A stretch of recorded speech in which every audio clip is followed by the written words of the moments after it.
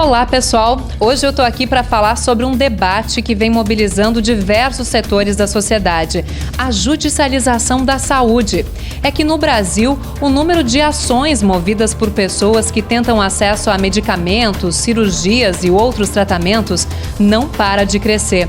A estimativa do governo federal é de que em 2016, os gastos com esse tipo de demanda cheguem a 7 bilhões de reais, o que corresponde a pouco mais de 1% do orçamento do Ministério da Saúde. E aí surgem diversos desafios. Por exemplo, como conciliar o direito de acesso à saúde e, ao mesmo tempo, não desorganizar o orçamento dos gestores públicos? Esse foi um dos temas debatidos na primeira jornada de Direito à Saúde promovida pela Verbo Jurídico. Quer saber como foi esse evento? É o que a gente mostra agora.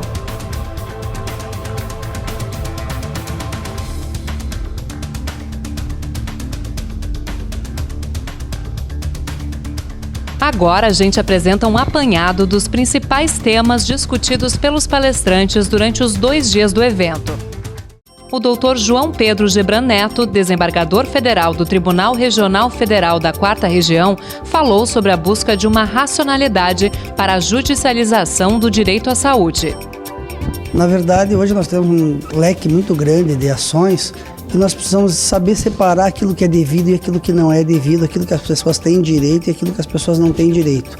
E isso não está existindo hoje no Poder Judiciário. Hoje o que a gente existe é pessoas movendo ações e quase todas elas sendo deferidas. Isso tem um impacto muito negativo na organização do sistema de saúde.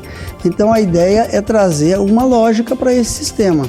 E essa lógica está fundamentalmente centrada na medicina baseada em evidência. Já o doutor Enir Madruga de Ávila, defensor público do Rio Grande do Sul, explicou como uma mudança em vigor desde 2009 na fase pré-processual da judicialização está contribuindo para reduzir o número de processos.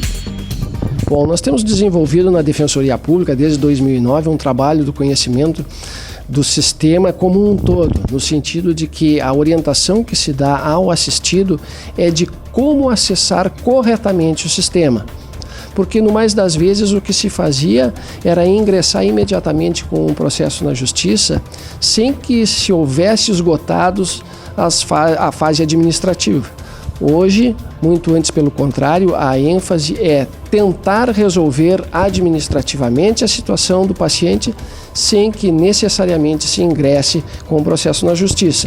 Isso só não se faz quando efetivamente o Estado não consegue atender aquela situação, seja numa demanda de medicamento, de cirurgia, de órtese, de prótese, enfim.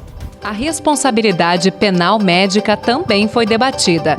Quem falou sobre como qualificar esses processos em que os médicos viram réus foi o Dr. Felipe Lastweis, advogado e mestre em ciências criminais.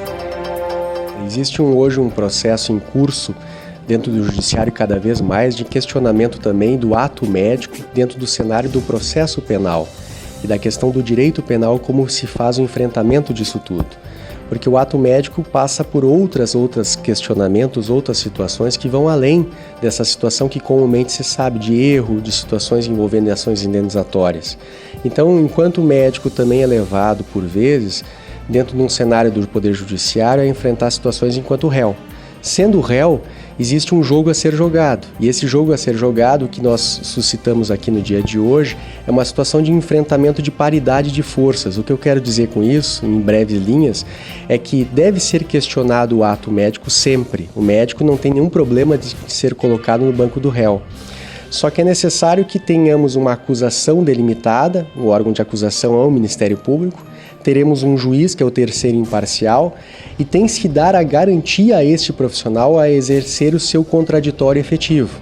Contraditório efetivo com paridade de forças, com capacitação técnica através de um defensor técnico à altura para refutar aquela acusação ou pelo menos justificar aquele ato como foi promovido.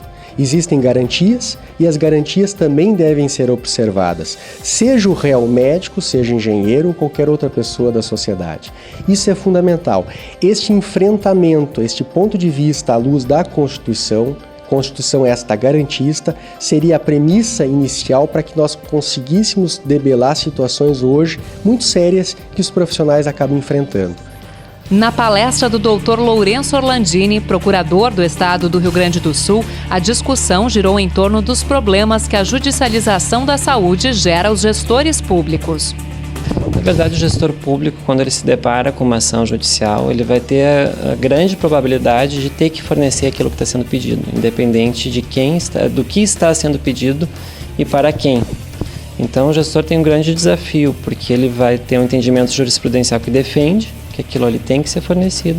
Pouco importa se é Estado, União, município, pouco importa quem o SUS atribuiu aquilo, e ele vai ter, de forma inesperada, talvez para um gestor que esteja começando, uma interferência muito grande no orçamento dele.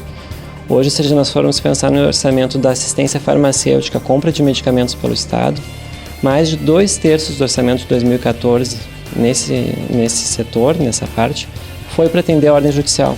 Então a gente vê que o gestor tem a intenção, eventualmente, de executar a política pública de medicamento, mas quem está executando em boa parte é o judiciário a partir de ações individuais, beneficiando um ou outro paciente que está pedindo aquela ação.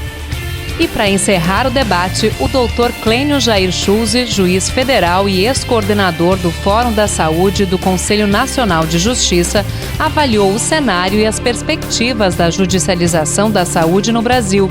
Ele destacou 2 mudanças que devem qualificar o julgamento dos processos no país.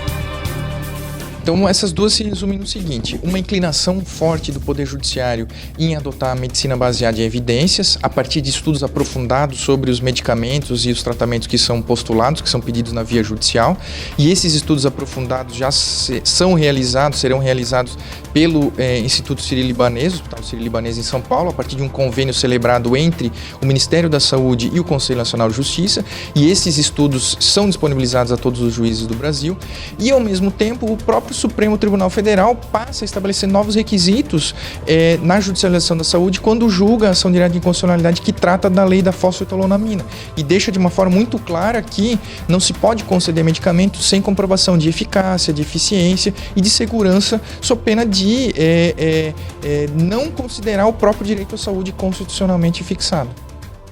E sempre trazendo os principais debates do meio jurídico, nós voltamos em breve com um novo evento. Até lá!